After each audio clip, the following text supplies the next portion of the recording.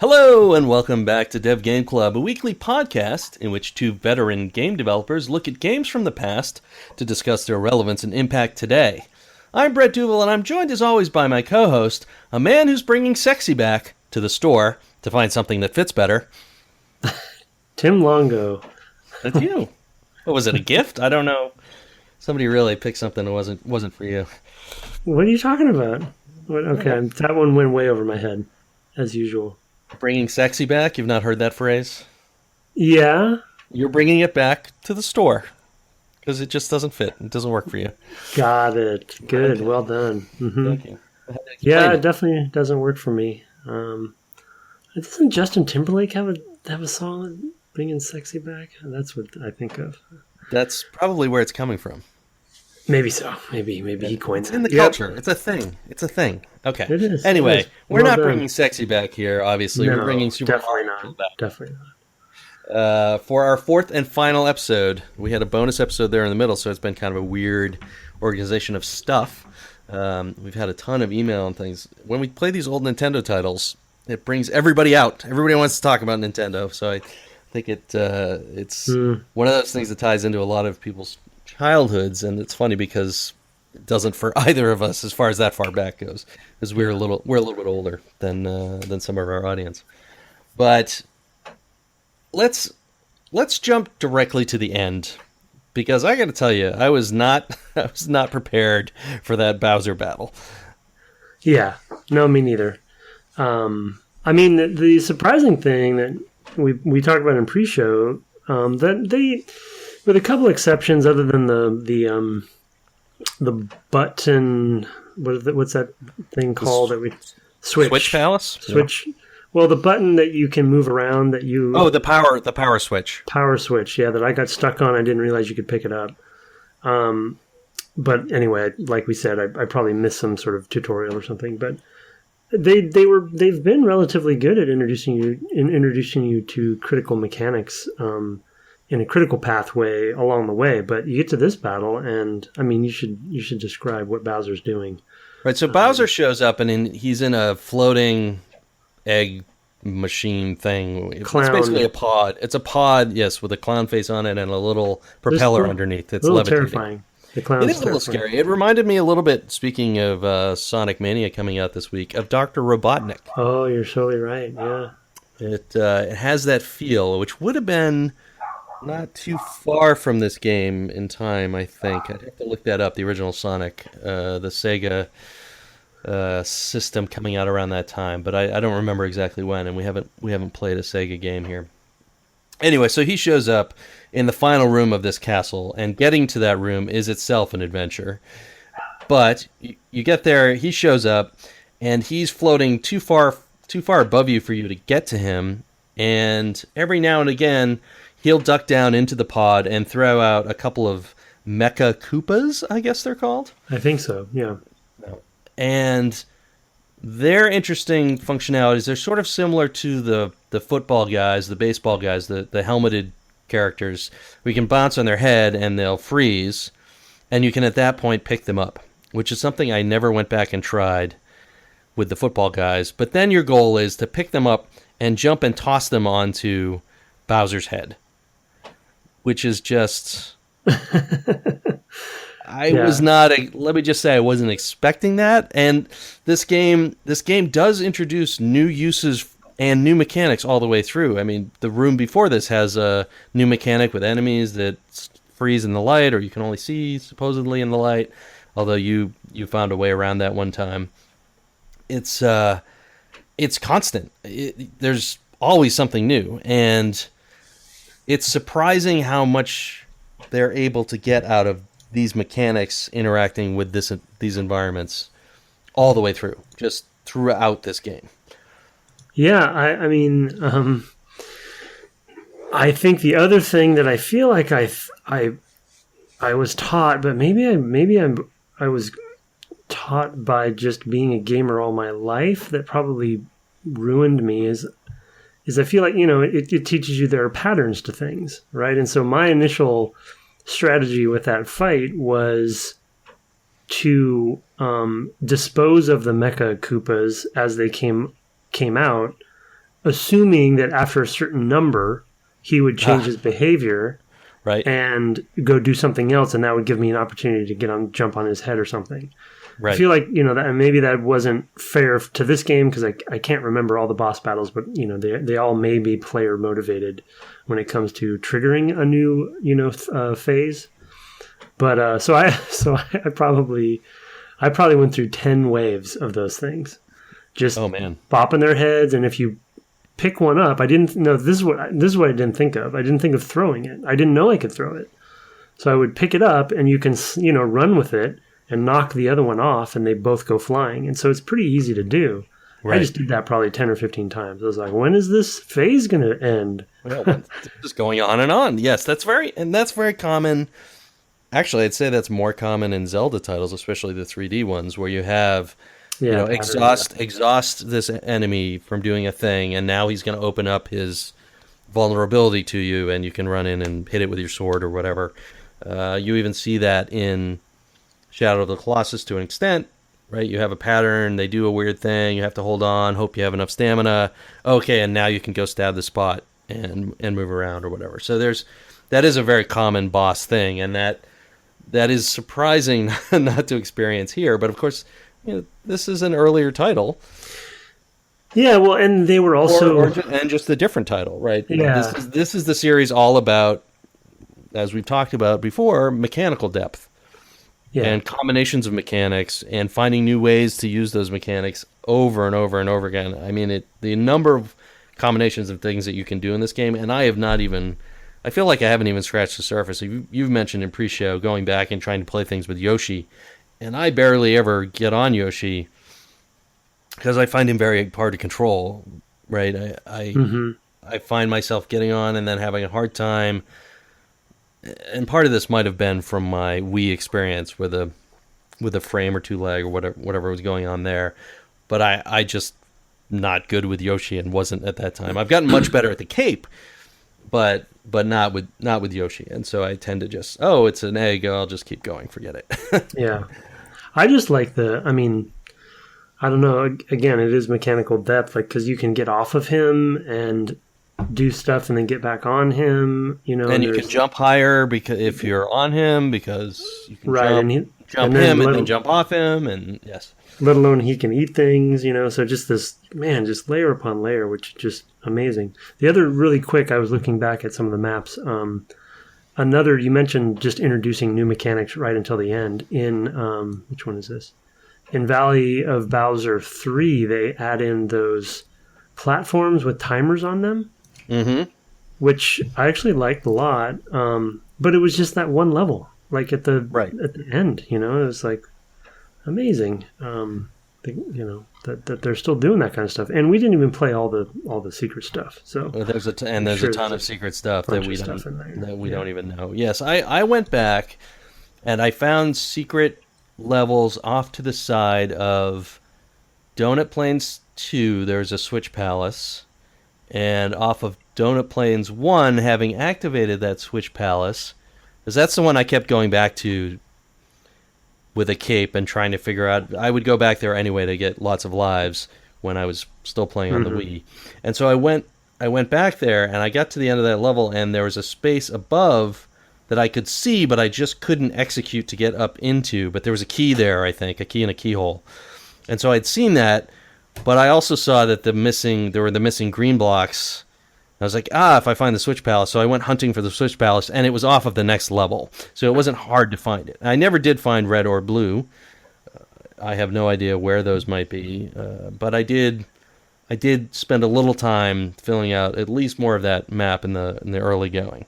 Yeah. I honestly wish I had more time to spend on this game and a better environment in which to play it. It's not great in an emulator, and it's particularly bad, obviously, on the Wii. So for me, for whatever reason, it's not something I'll probably spend a lot more time with, but I can see why people do. I feel like this is a game that allows you to set your own goals in a way that nice segue. that we do in other ways now. We do it through, I mean, certainly I've worked on RPGs where not only is there a large world to explore, but there's also differing classes and things like that to explore.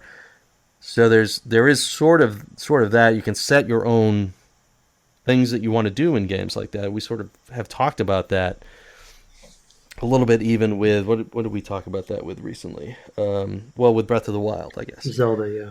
Yeah. So I feel like that's a thing that's more.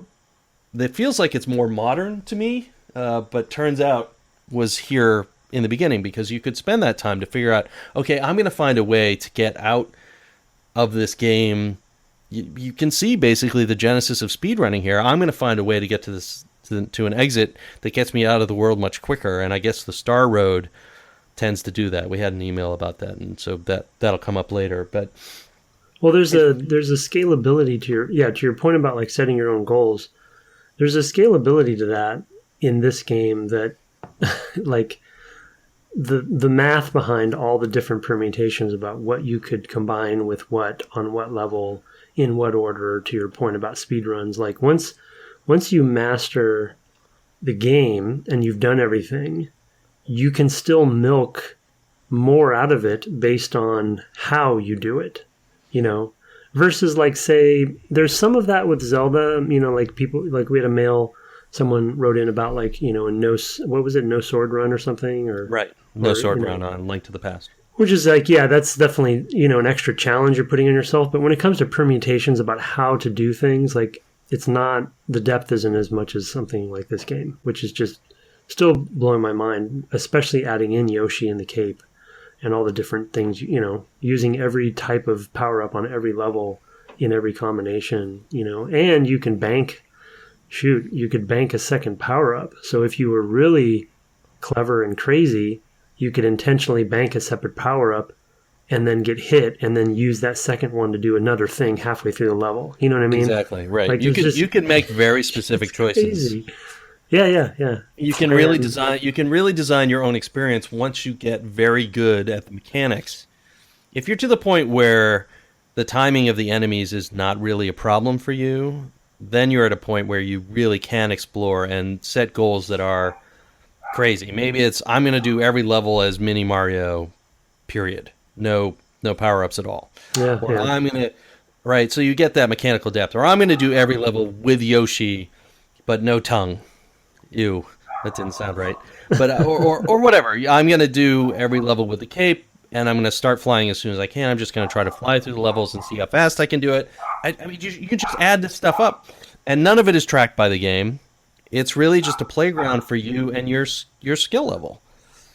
It's like a climbing wall, right? I mean, if you're really, really good at climbing, you do whatever you want on the wall, and if you're not, you stay kind of close to the bottom. So. You don't climb. That's a funny one. Thank you. Yeah, I'm gonna stay near the bottom where it won't hurt too bad if I fall. That's me. Yeah. Yeah. I mean, I don't know if there's anything else we want to say about the Bowser battle, but I mean, we're talking about some of the pillars that we definitely wanted to hit with some of this stuff, and I mean, the mastery.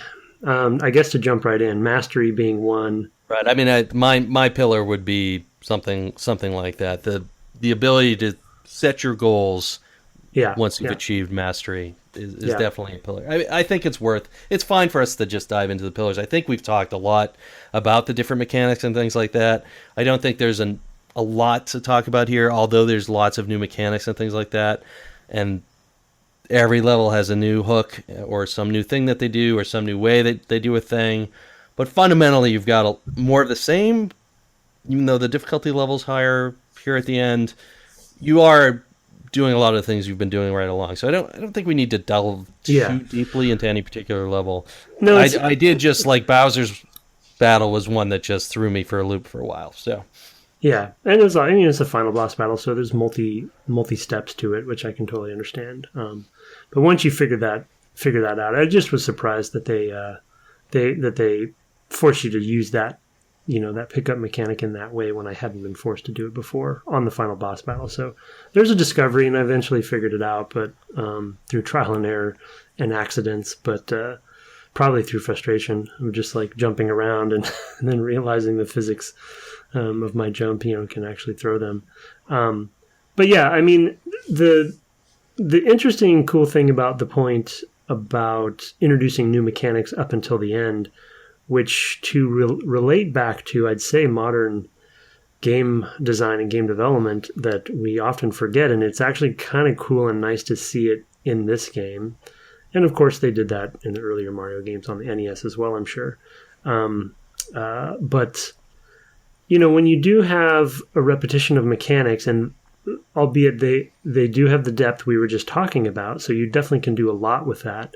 But in the level design, you really, to keep people interested and to keep the pacing fresh and just kind of ever escalating, you do need to introduce new mechanics, almost every level or every few levels, or not mechanics, or not necessarily mechanics, but new level design tricks or little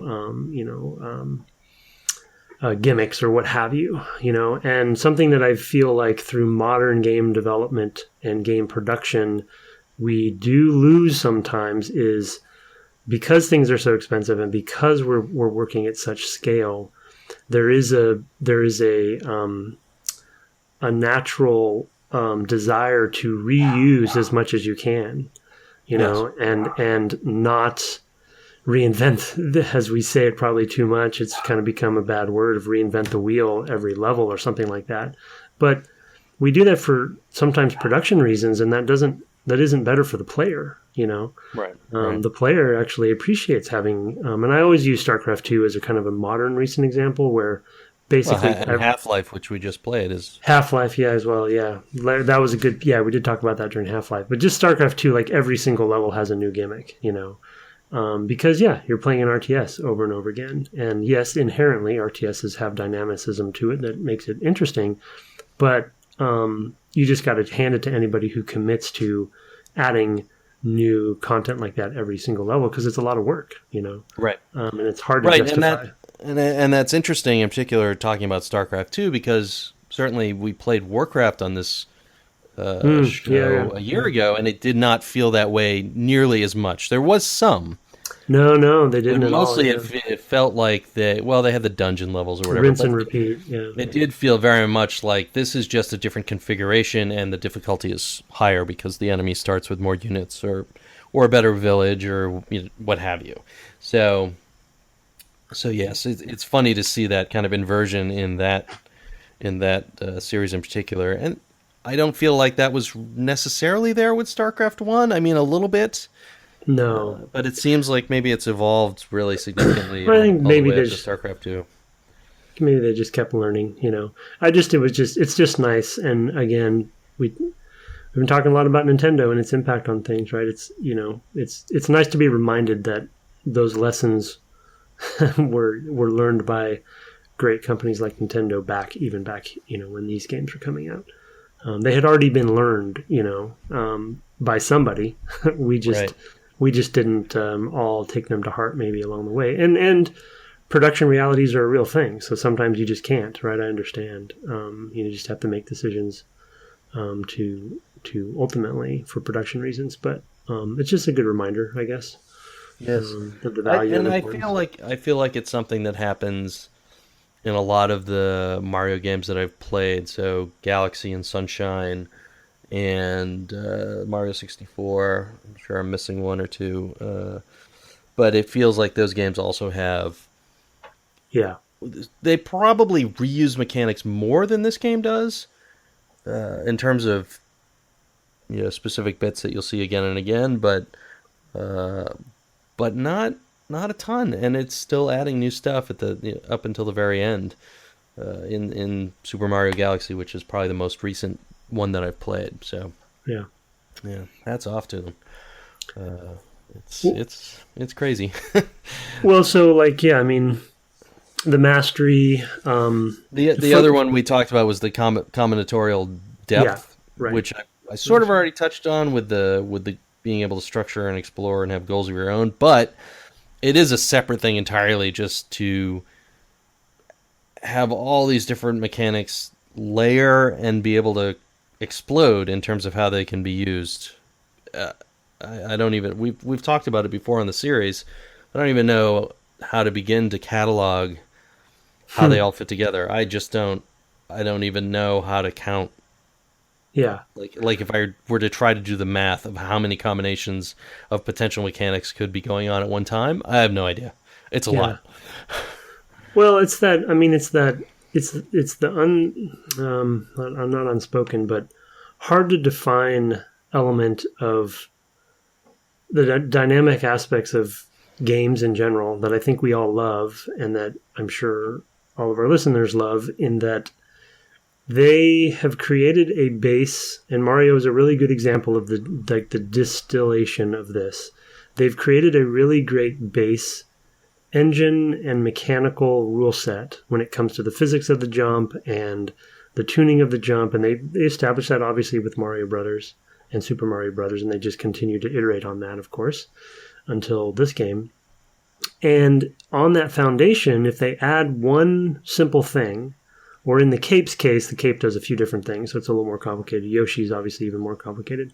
But when you add one thing to that core base foundational gameplay, it has this multiplying effect, that really a lot of the time they probably didn't even fully realize, right? And that's where speed runs and crazy stuff that the players find out, ultimately comes in, right? Because they start bending the rules and combining things in ways that the developer usually didn't even think of.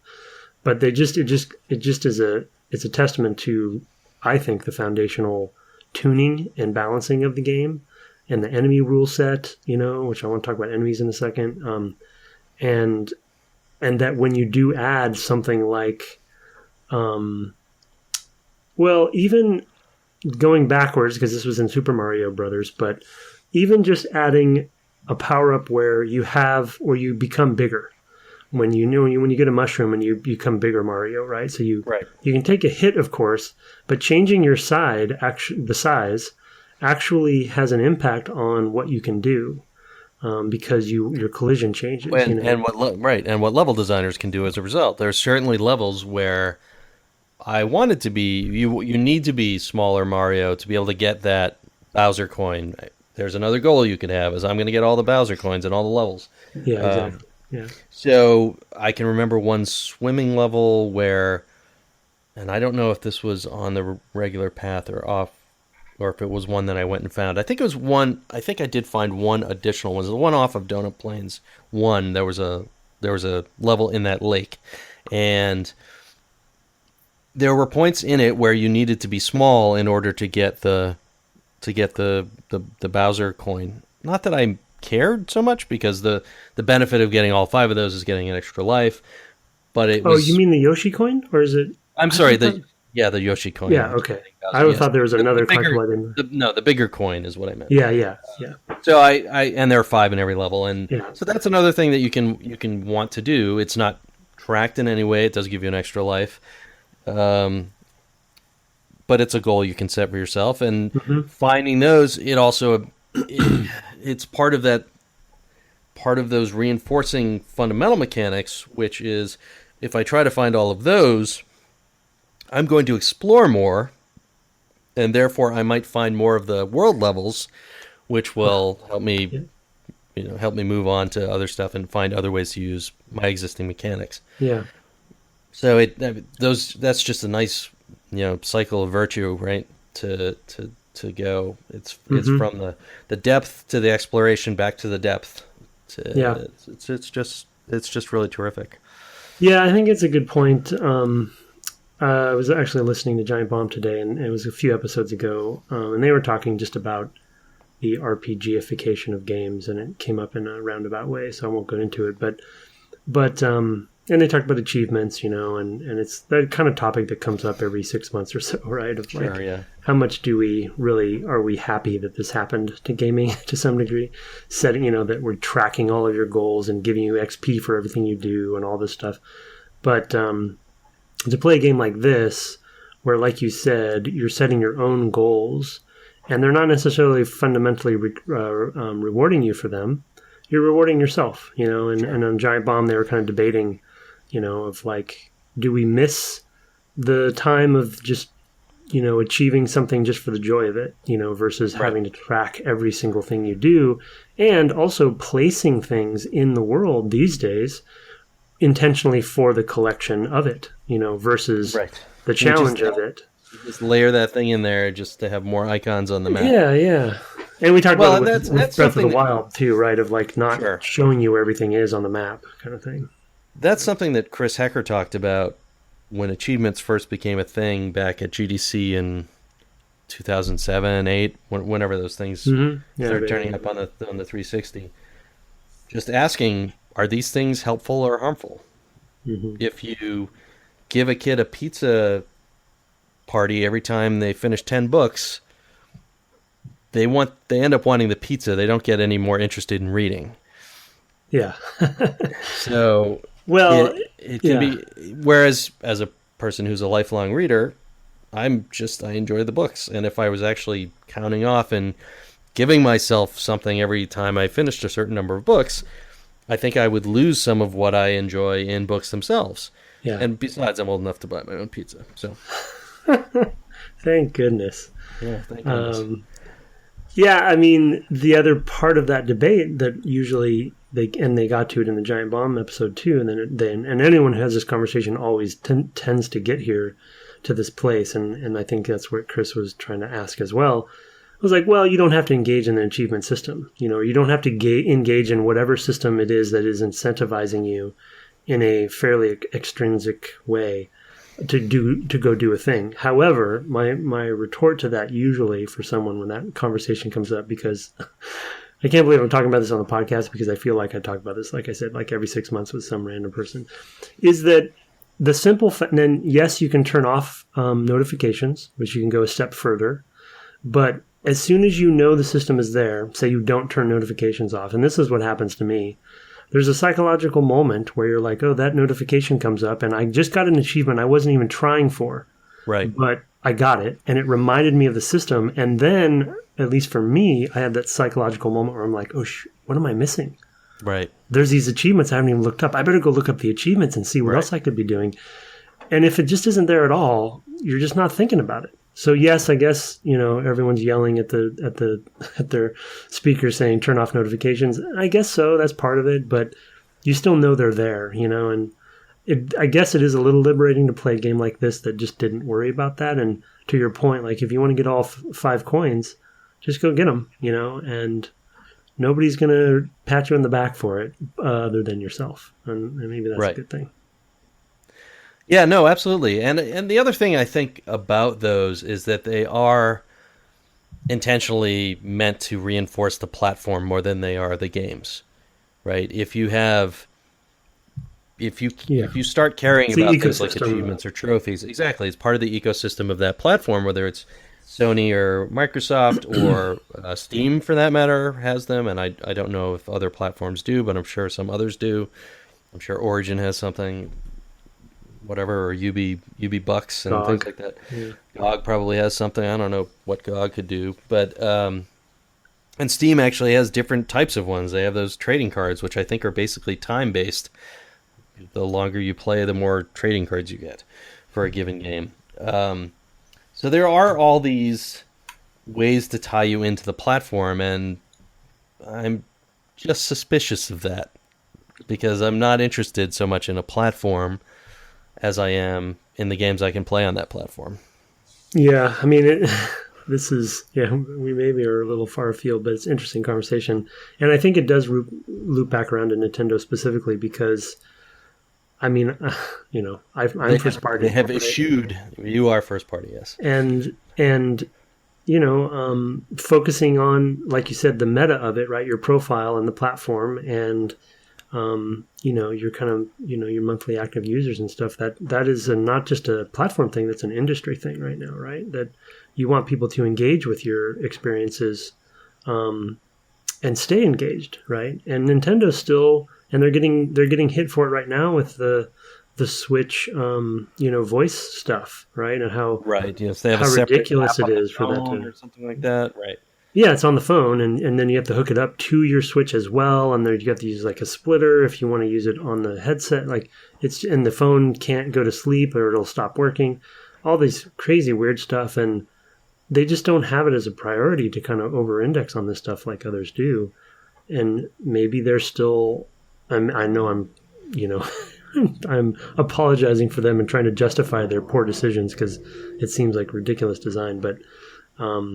Because it's clearly not a priority, and they're just still focused on making the core game, great and focus on that versus all of this extra platform stuff. And so, I don't know, maybe there's something to justify that right now. No, I mean, I think there is. As a person who primarily and really almost entirely plays single-player experiences, I don't miss any of that stuff when it's not there.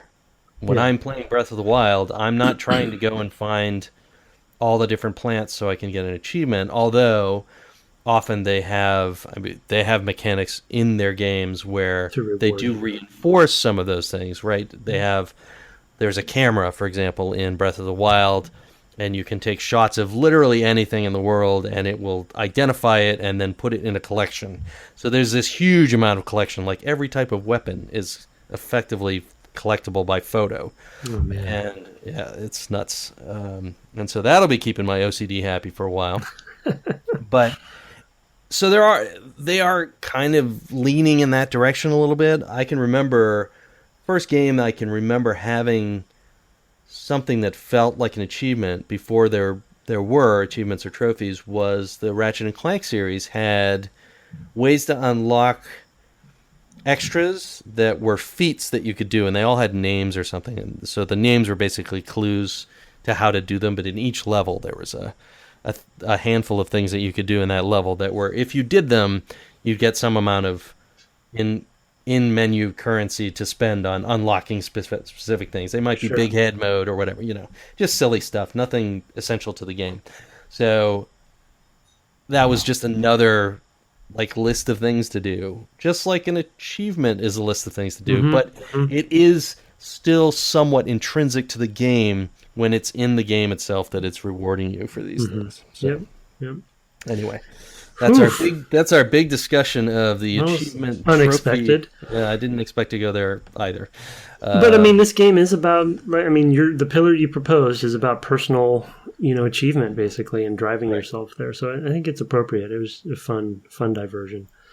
The other category. So we kind of talked about kind of mastery, and then we talked about the pillar of sort of like depth of mechanical combinations, and then we have yours of guiding your own path and goal setting.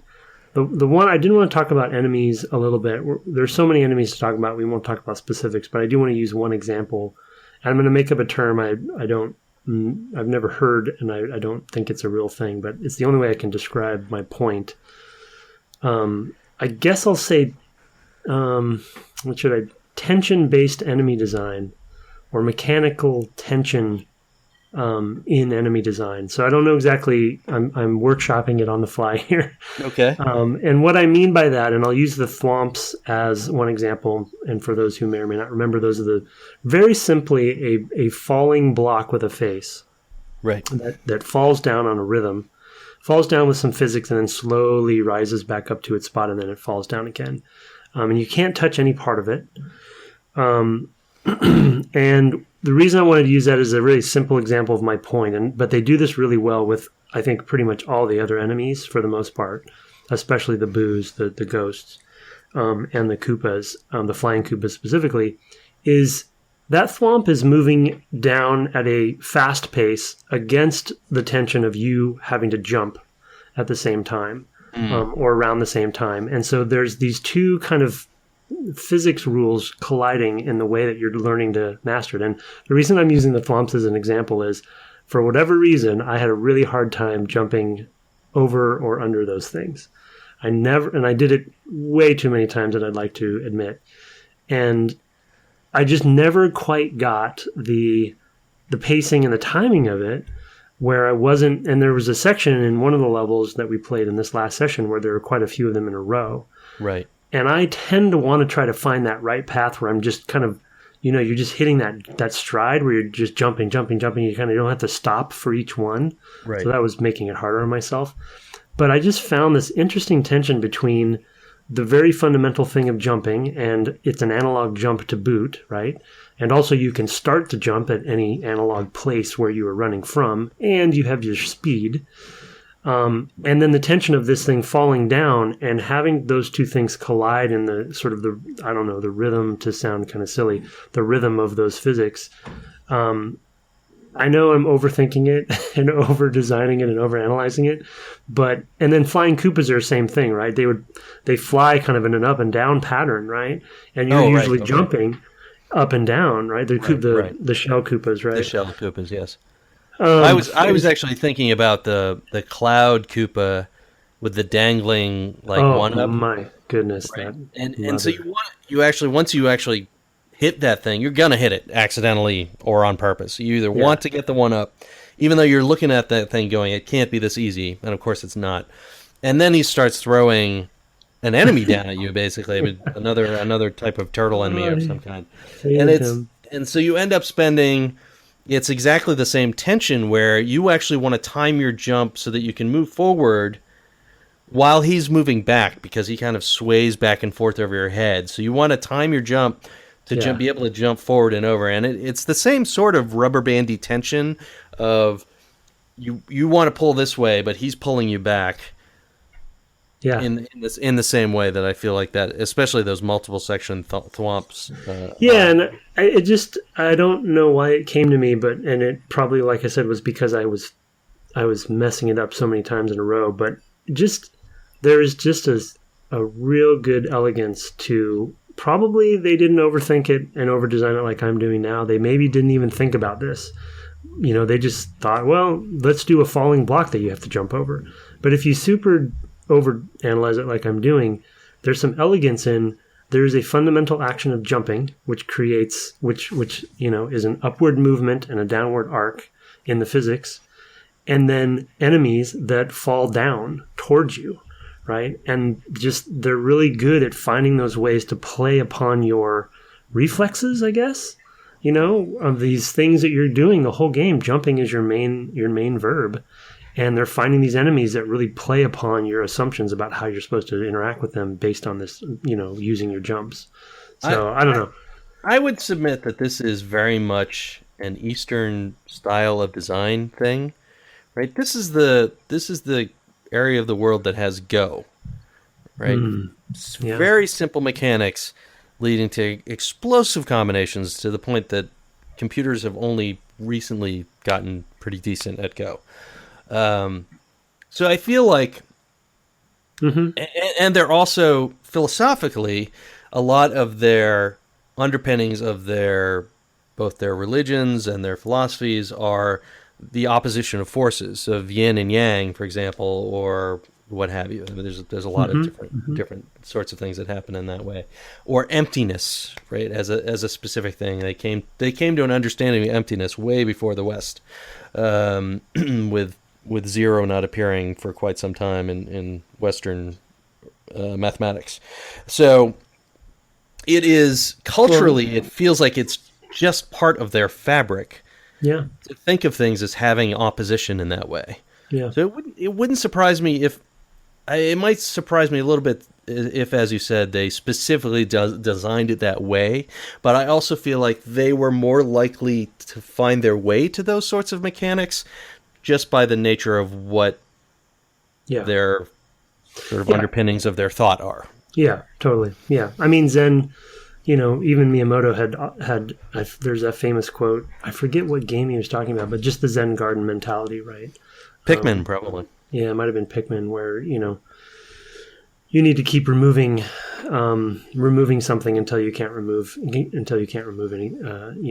nothing's left to remove, and that's your answer, rather than adding, right? It's that subtractive versus additive kind of mentality of simplicity, which, yeah, that's a fair point. There's probably some cultural aspects there, and I guess the follow up to kind of loop it back around to maybe my own thoughts and revelations and kind of modern, there goes the dog, modern game development is, where often people will take, I think, that sort of tension-based enemy design, just using one example, though you can use it in any of the designs, really, any of the systems, is in a punishing way, where it's like, well, okay, this is a game about shooting, so we're going to, I'm just making stuff up, we're going to make an enemy that sucks bullets, out of the air. So that doesn't, inherently make it fun. So there's still this extra step you have to do in both the tuning and balancing, and to make sure that it's still a gratifying experience, even though that tension-based relationship, I think, is still pretty important to consider for every kind of two dynamic things interacting with each other. So anyway, I don't know. I just went down total theoretical theory hole we're there. doing a couple of rabbit holes this time, and I think that's perfectly fine. I think that games that are truly masterful in their creation and design invite deep discussion. Obviously, that's the whole point of this podcast. But some of these Nintendo titles just have riches beyond imagining. There's a reason they're when you really sit down. Yeah, absolutely. And I'm glad we've played this one because of my own particular experience with it. I'm not sure I'll go back to it, but it gives me even further appreciation for the Marios that I have played, and the ones I look forward to playing with the new one coming this fall. Yeah, I'm excited to play when we play a 3D. We'll probably play 64, right, or something. I would think so. Yeah, that would be the one to play. I'm excited to revisit it there. I still probably will get the new Super Mario Brothers on 3DS because I'm still interested in the modern 2D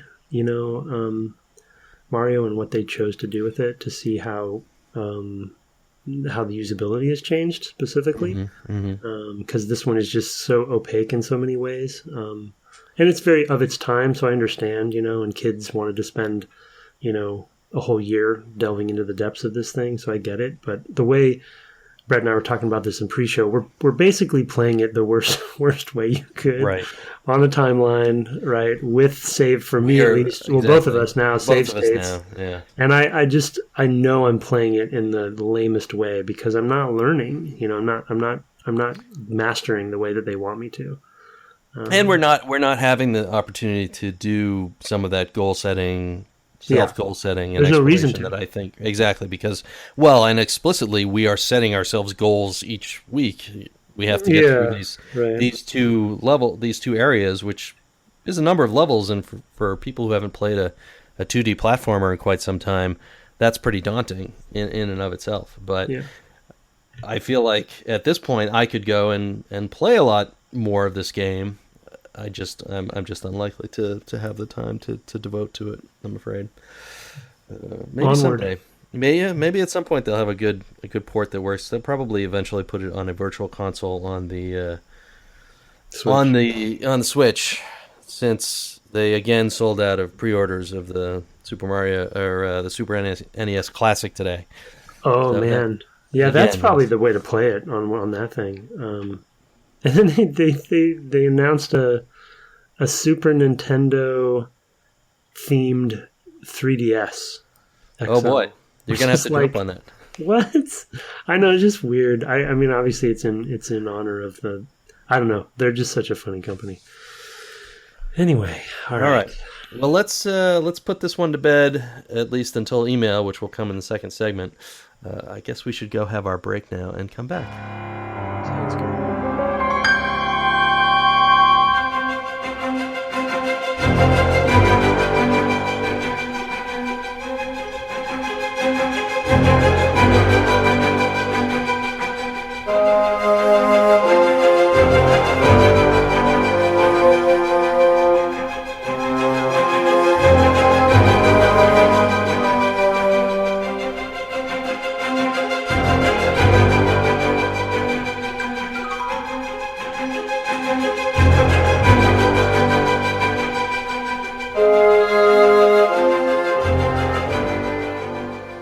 Welcome back from the break. We want to jump straight into our feedback, which was sent to devgameclub@gmail.com. We got a ton this week, and we'll try to get through a bunch of it. We may not get to it all because we've already gone 45 minutes.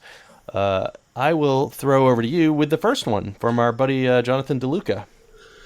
Yes, from Jonathan. Subject, Game Informer interview, Breath of the Wild, finding hidden skulls, keys. Hello, gentlemen. First of all, I enjoyed Brett's interview on Game Informer podcast. I've become very picky and stubborn with my podcast over the past years, and to hear an interesting interview with one of my favorite podcast hosts on another one of my favorite shows is awesome. Was awesome. That's very awesome, yes. Yeah, thank you. Thanks for listening.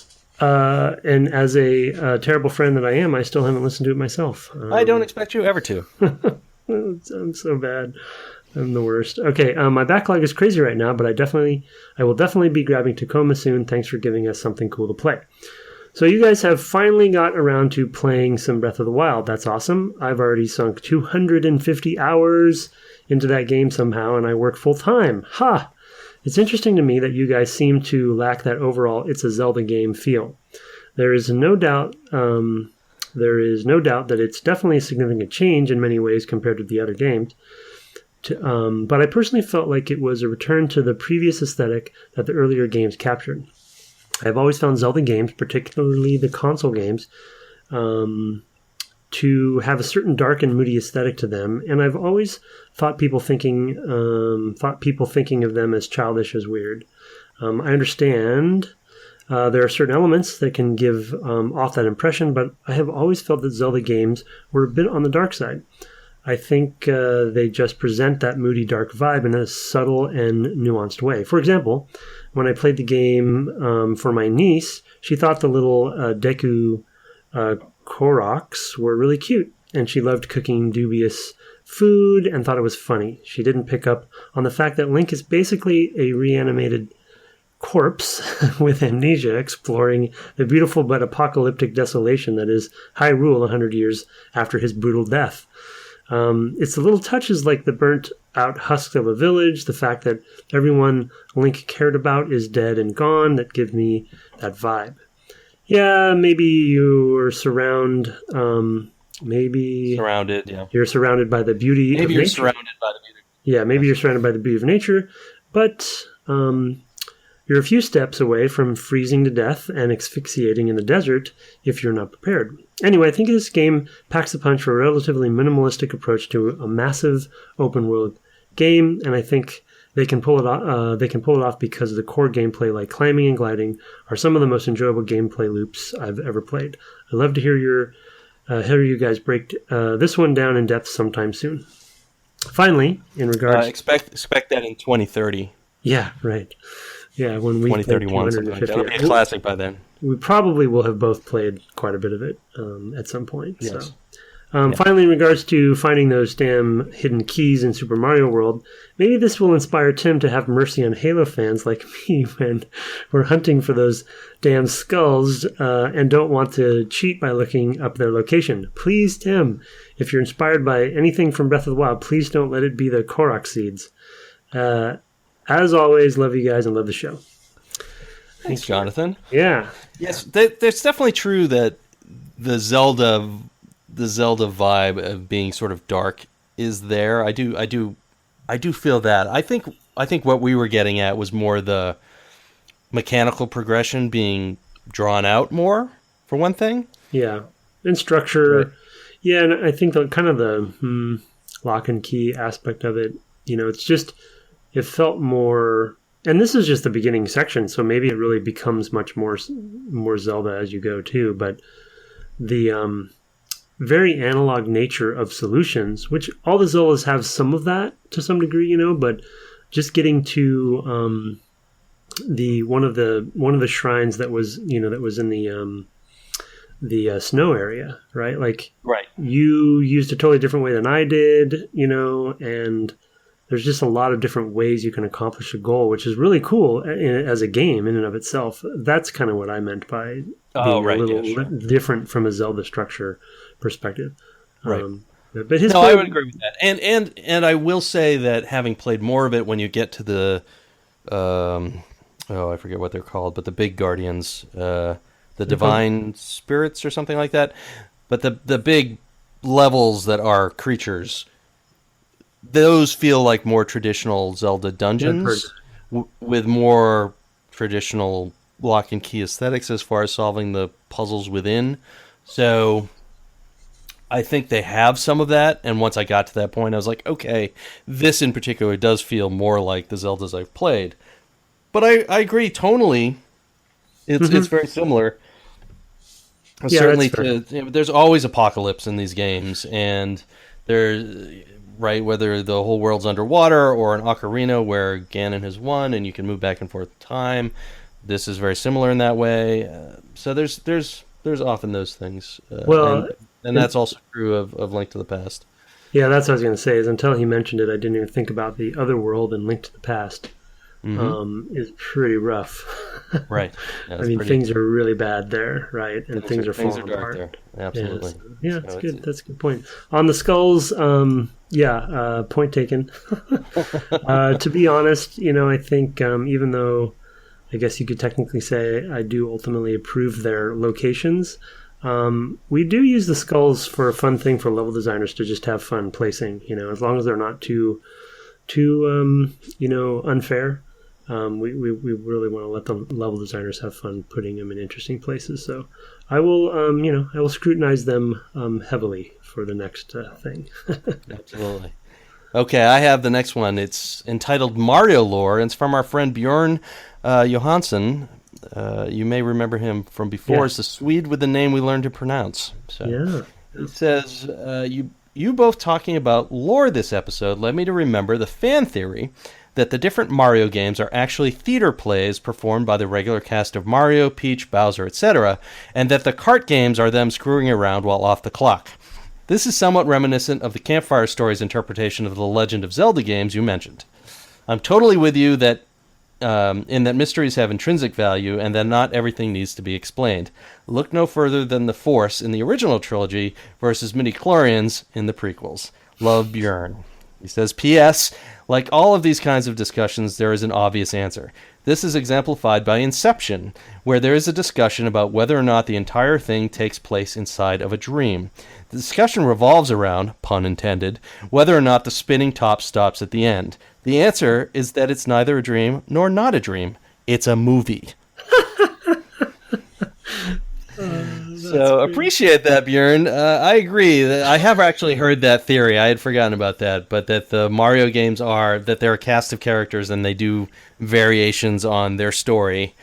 And I like it. I hadn't heard that, but I like it. It's somewhat bolstered by the RPG games, because in those games there's actually it's certainly in I think Superstar Saga and maybe in Thousand Year Door. I don't remember.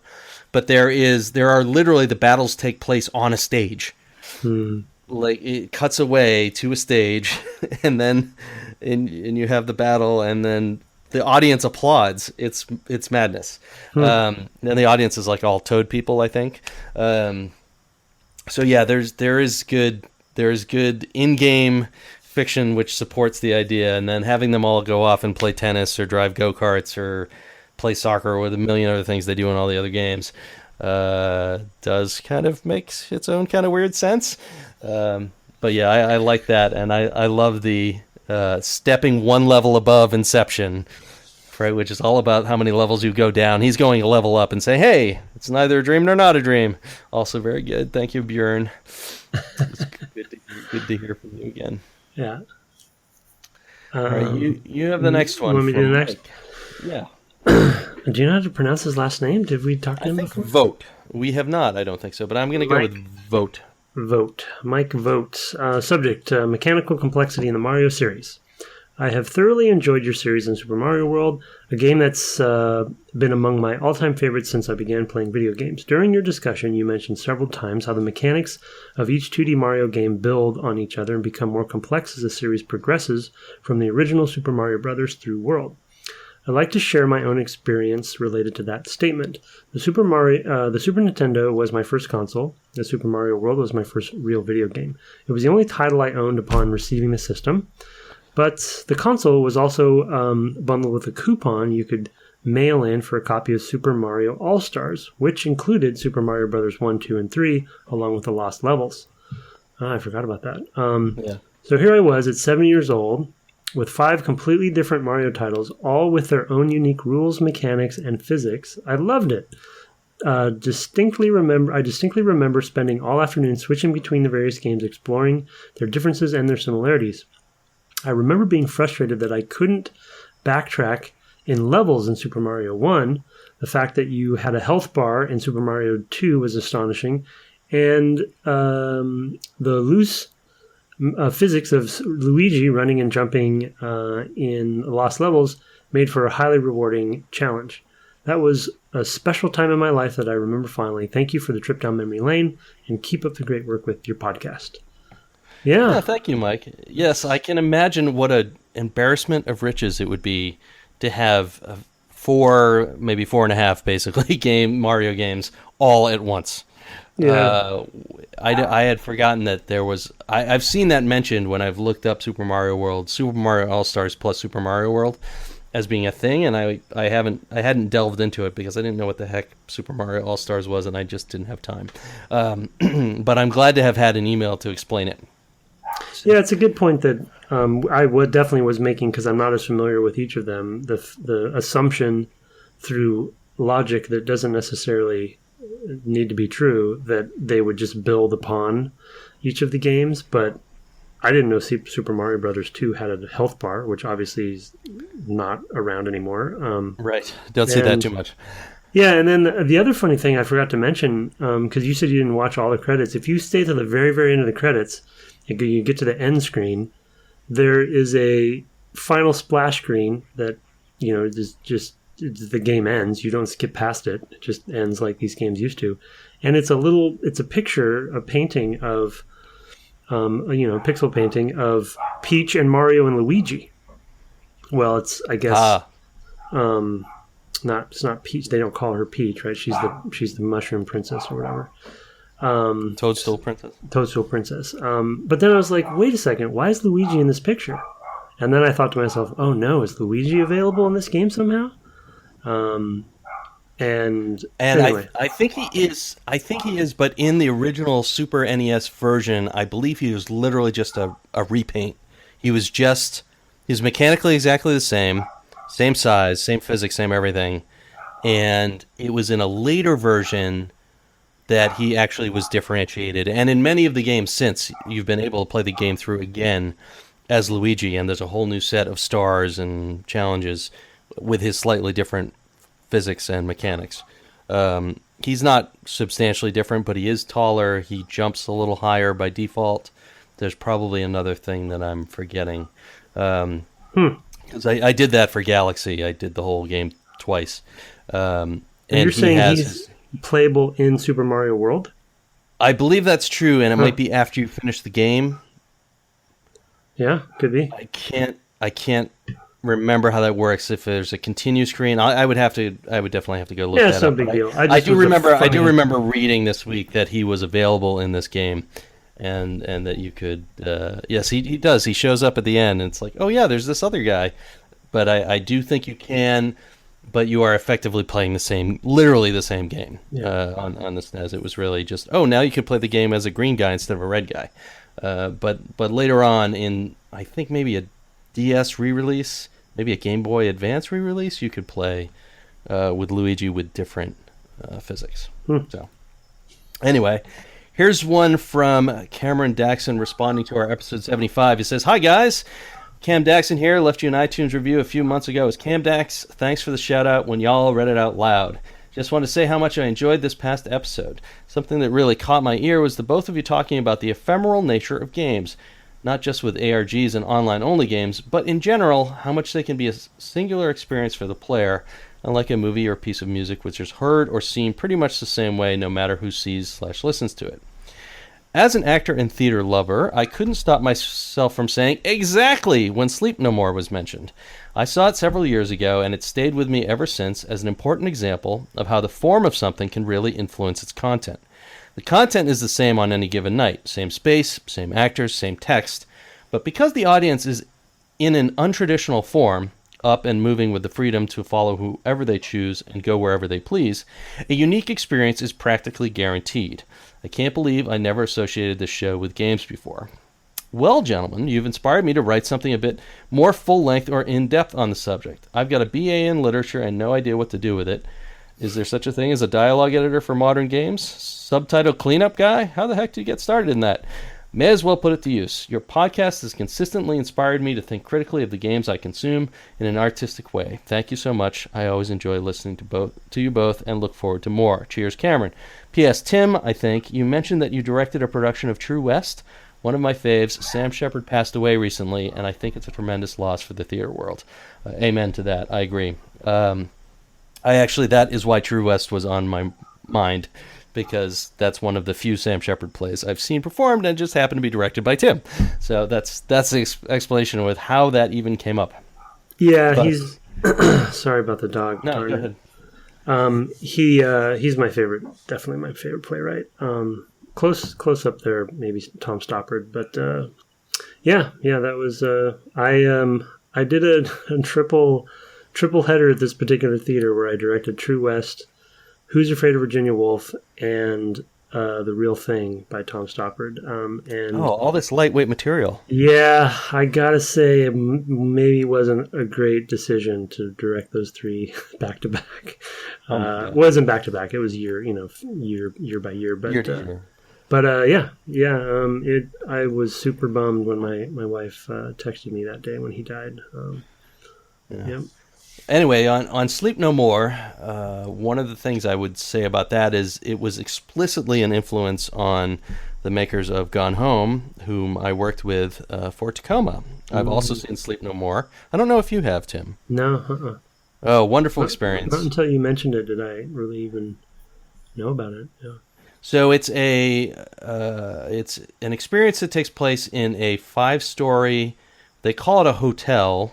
I can't remember the name of the hotel that it's referred to as, but it's basically, in a neighborhood in NYC that doesn't have a lot of theater. It's not near Times Square or anything like that. Yeah, it's some random spot. And they have the whole building, and they've kitted out different floors as totally different areas. You can go from floor to floor. There are stairs and there's an elevator. We had the experience where myself and my girlfriend of the time, we were going up, and she's like, I've heard that they separate people sometimes. Don't let them separate me from you. And of course, what happened was they separated her from me. So we're going up, and everybody's wearing, all the audience wears these masks. So they're sort of like, they're just a plain white mask that covers the top half of your face. Yeah. And you are now an observer, and you can move freely about several floors, like 4 floors, I think, that the audience can move amongst, because the first floor is both reception and there's a bar when you're done and you want to just kind of go out. There's a bar you can hang out at afterwards. And they're basically doing Macbeth amongst these different floors, and there's different scenes between different characters in Macbeth. There's a floor that's like partly an insane, like a sanatorium. I don't want to say an insane asylum, but a sanatorium. There's a scene there, like Lady Macbeth's big scene is there, I think. And then part of that floor is just bombed out rubble. It's amazing. I mean, it's really astonishing, the amount of stuff. And you can spend the whole evening just wandering. You could never connect with the play part at all. You could just be in the environment. It's a really quite an experience. Is it only in New York? It is only in New York. It's done by a British theater company called Punch Drunk. I think they're British. I know they've done something else in London, but I don't recall what it was called. But it was along similar lines. Sleep No More is the one that they do there. It's not something that can travel, because you have to take a whole building. And yeah. Did you ever see any of the Antenna Theater stuff in the Bay Area? No. Yeah, similar thing where they did one of their shows in a recycling plant, a real one, and like after hours or something, and then it was all interactive. You walked through it. You had masks. They did one at the Marin Headlands and the military base there, based on Kublai Khan stuff, and then they also were the ones that produced the. I believe the ones that produced the walking tour of Alcatraz. Because their whole shtick was, they were called Antenna Theater because they used those those speakers and receivers from like a walking tour to do their shows. So you would walk around and the actors would be acting throughout the space, but as you walked up to something, it would trigger something in your speaker to play. So Oh, they that's kind of- neat. Yeah, so then they were hired to do which I don't know if anyone hasn't if you're ever able to get to Alcatraz, that walking tour is incredible. Yes, it's very good. It's a very good tour. And I wanted to say that generally I feel like theater has become a really exciting space for intersections with video games and greater interactivity for a long time. This is not a it's not newly sprung from the heads of Punch Drunk or anything like that. There has been experimentation going a long ways back as far as all of this goes. Yeah. It's been part of theater is its constant reinvention and attempt to be relevant in a way that I don't think you see because it's so small and focused on a single performance with a small number of people. It feels like it needs to constantly do something inventive to draw those people back. I don't know really how to describe it, but it also affords different opportunities for that. So yeah. Well, I mean, yeah, it's a funny topic because comics went through a similar thing when they hit their decline, where they started to reinvent themselves for a different audience and become more mature. Have they recovered from that? Well, they have now, but I'm saying like in the 90s, 80s, 90s, kind of they were coming out of a slump, and that's where you get Dark Knight Returns and stuff coming. Vertigo was an imprint that was created, right? And it was a different demographic that comics weren't really fully embracing, you know?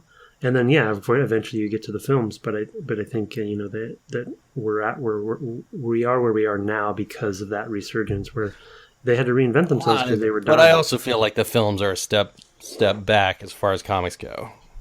Yeah, fair point. Feeling, right? Yeah, I mean, I think they're reaching out to my God, are we off topic? But they're reaching out to a more adolescent sort of audience. They're reaching out. Those are popcorn movies, right? And I don't say that dismissively.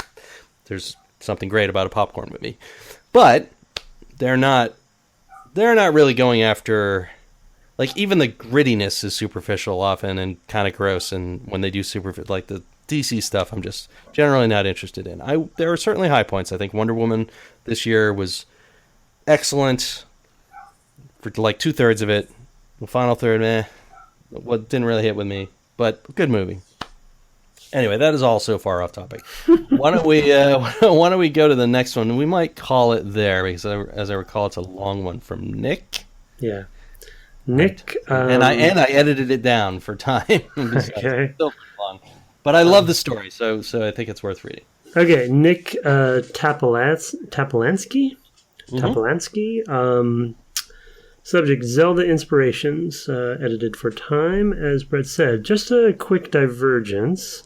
I spent a lot of time with the original Zelda. My mom was a gamer growing up, and we had an NES in the house from my 4th birthday forward. She would play a lot of puzzlers and skill-based games, but her favorite was always The Legend of Zelda.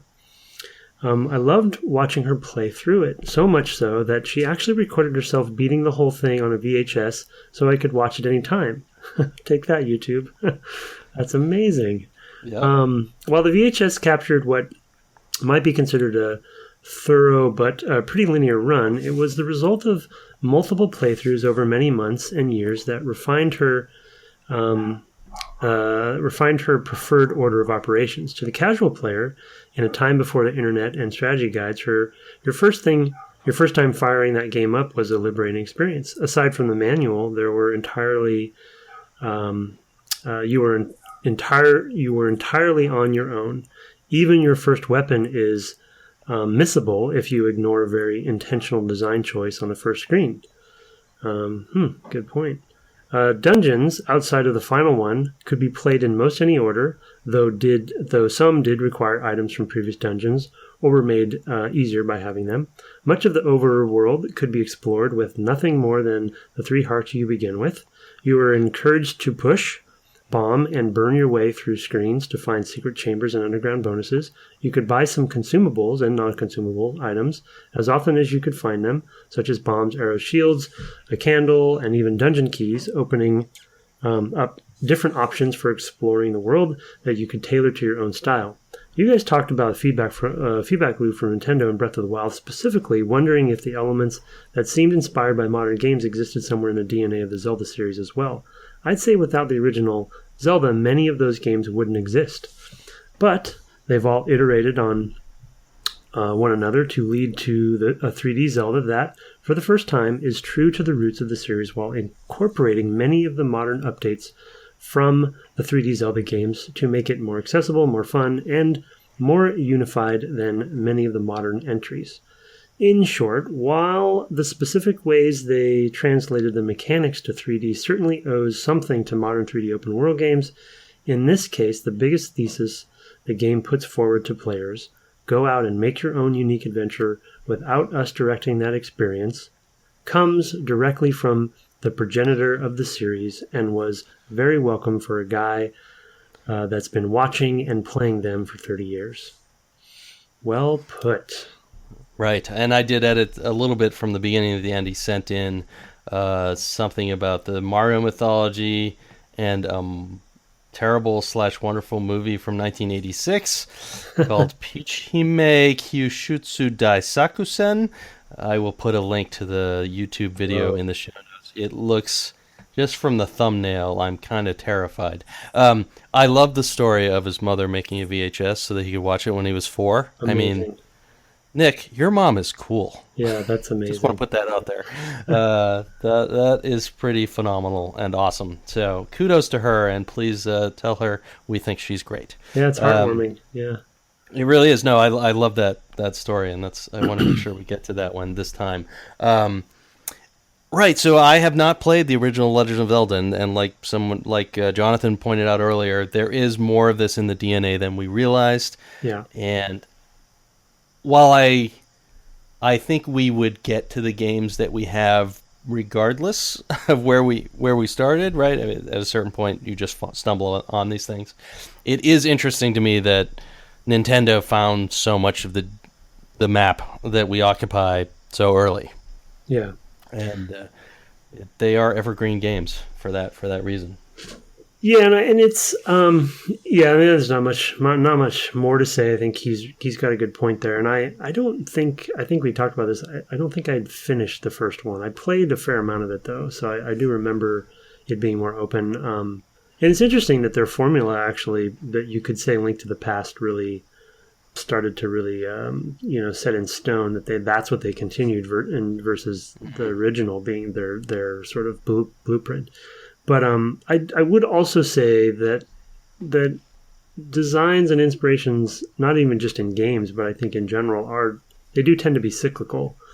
So I feel like, at least, and so along that cycle, there's going to be different points where people, because we know for a fact, based on some of the interviews and stuff coming out of Breath of the Wild, that there is fundamentally a different team working on that game. There's definitely some of the old names when it comes to the, familiar names when it comes to executive producers and stuff, but some of the designers are pretty young on that. And so they're playing, obviously, the original Zelda, but, it's just that cyclical nature of, they probably played Skyrim as well, and then they played, and so it's like, it's hard to kind of suss out. Skyrim did okay in Japan, actually. Yeah, we got all 10s from Itsu, so that was pretty heartening. That's great.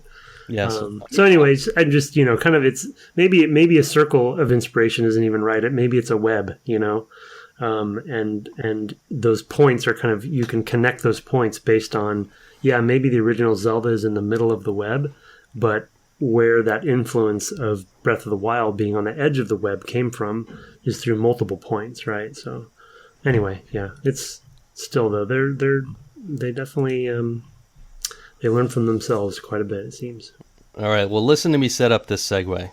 Okay, you're gonna love this. So, Nick points out something interesting too in all of this. There were no walkthroughs and playthroughs and no internet.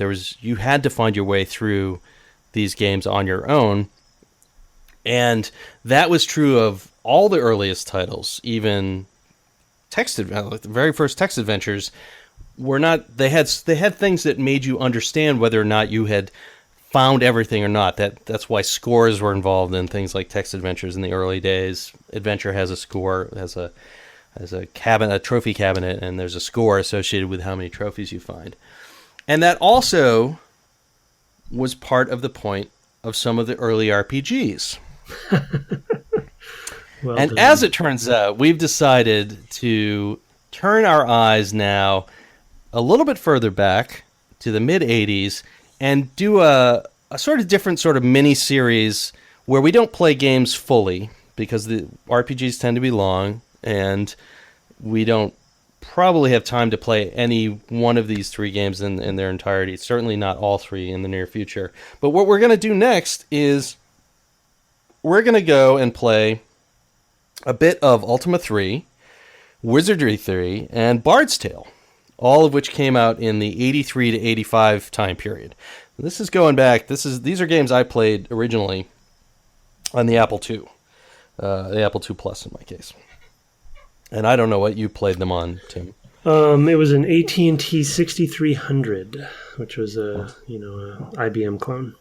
Oh, okay. All right. So you're on an 86 architecture even back then. Are those even 86s? I think it was. I think it was the first 86 iteration. Okay. My dad worked for AT&T, so he got it through the company. But it's IBM clone, yeah. Sure. Okay. What we're going to do for next time is just play the beginning of each of these three games. We're going to go a little bit further in depth in each of them. We're not going to try to finish any one of them, I don't think. We may go a little bit deeper in Bard's Tale, but it's going to give us an opportunity to talk about both their commonalities and their differences, and maybe think a little bit about the progeny of these sort of Western RPGs. They are pretty directly competitive, but I'm very curious to see where they differentiate themselves. Yeah, So. And it was an era where, talk about circular inspiration and kind of everyone influence. It's such a small industry at the time, and we figured doing all three together would be interesting to kind of like Brett said, to show the comparisons and the similarities, but also like these games were simpler than say a Final Fantasy IX in very fundamental ways. So I don't even. Right. It definitely would be probably fun to play the whole thing, but I don't even know if we would need to play all three of them in their entirety to kind of talk about some of their influences. So I think Right. No, I think a lot of that is very much worn on their sleeves. For one thing, it's interesting to be touching on a couple games that are deeper in their series already. I'm kind of curious. The Wizardry series is the one I've probably played the least of. Me too. So that'll be interesting, and then we're hoping to tie that in with some interviews and things like that. We're going to try to get at least a couple. We'll see how that goes. Yeah, I think we can get at least two, but I think we might get all three. We'll see. Might be able to get all three, so we will try. And so this will probably be a 6 to 8 week series because of interviews, and also we want to give each of these games a little bit more of their due. In a follow-up episode after we play their intros. But for next week, for those who are trying to play along, these are all, I believe, available on Good Old Games and probably in other darker corners of the internet. For those who are interested and would like to follow along, I actually played some of Ultima 3, actually all of Ultima 3, on my YouTube channel. It's Brett Duville. I don't know how to get to that from you. It's probably just youtube.com/Brett Duville, no underscore. I definitely archived all those things back when I started doing that, a few years back in between gigs. I played Ultimas 1, 2, and 3, and a bit of 4. So you can actually hear me talking about that. I might just watch them because I don't know if I want to play it again. No, I'm kidding. I will play some Ultima 3. So we're going to play some of these, just in sort of what feels introductory to us. and I guess we'll just kind of do that. We'll try to get in touch by email to tie that or something. Yeah. An hour or whatever just feels like natural. There may be a natural, something that feels naturally. We went back and looked at Wasteland 1 as well a little bit, right? Remember we did that for a bonus episode, so it'll be kind of in the same kind of vein, I bet. But yeah, interesting. It's going to be interesting to return to these, and I'm excited about the guests. I'm hopeful. Hopefully, we can get them on. Yes, and I think the other thing we're going to want to do, Tim, and this is something I'm going to remind you of because I never think to do it, but is to read the effing manual. Yeah, that's a good point. Yeah. At this point, and certainly for Ultima, and it's probably true of Wizardry 3 and Bard's Tale, the whole keyboard is in use. Like every key has a specific function instead of a context-specific, I'm here, do this one thing. So you need to know, like, locking a door is different from unlocking a door, and there are different keys and things like that. So, good point. which is a little bit weird, but worth checking those out. I know that the Good Old Games versions come with full manuals as PDFs, and in some cases, I think they actually have hint guides and things like that. So that can be helpful as well. But so yeah, Ultima 3, Wizardry 3, and A Bard's Tale, which actually Tales from the Unknown Volume 1 is the official title. Mm-hmm. So they're all meant to be parts of series. That is about it for us tonight. Sorry, we've gone a little bit longer than usual. We got down a couple of unplanned rabbit holes there in the first half, and even in the second half, as we tend to do. You can send us email and your feedback and or your questions or anecdotes to devgameclub@gmail.com. We read several of those tonight. We love having them. We also love having the reviews, and we will catch up with those someday. I promise. I've got a huge list of them. I should start sprinkling them in, but I'm usually scrambling at the last minute before the recording. So we will get to those, but thank you for those as well. Finally, you can find me at Brett_Duville on Twitter, and him at Tim Longo Jr. with a JR at the end. And of course, the podcast is at Dev Game Club. Thanks so much for listening, and until next week, good night. Good night.